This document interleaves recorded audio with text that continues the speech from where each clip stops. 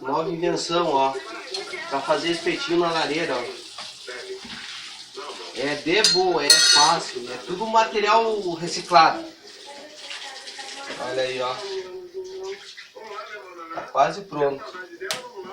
Ficou bem forte, eu subi em cima aqui. Não, mentira, não subi, mas ficou super resistente aqui. Eu achei que ia ficar mais fraco.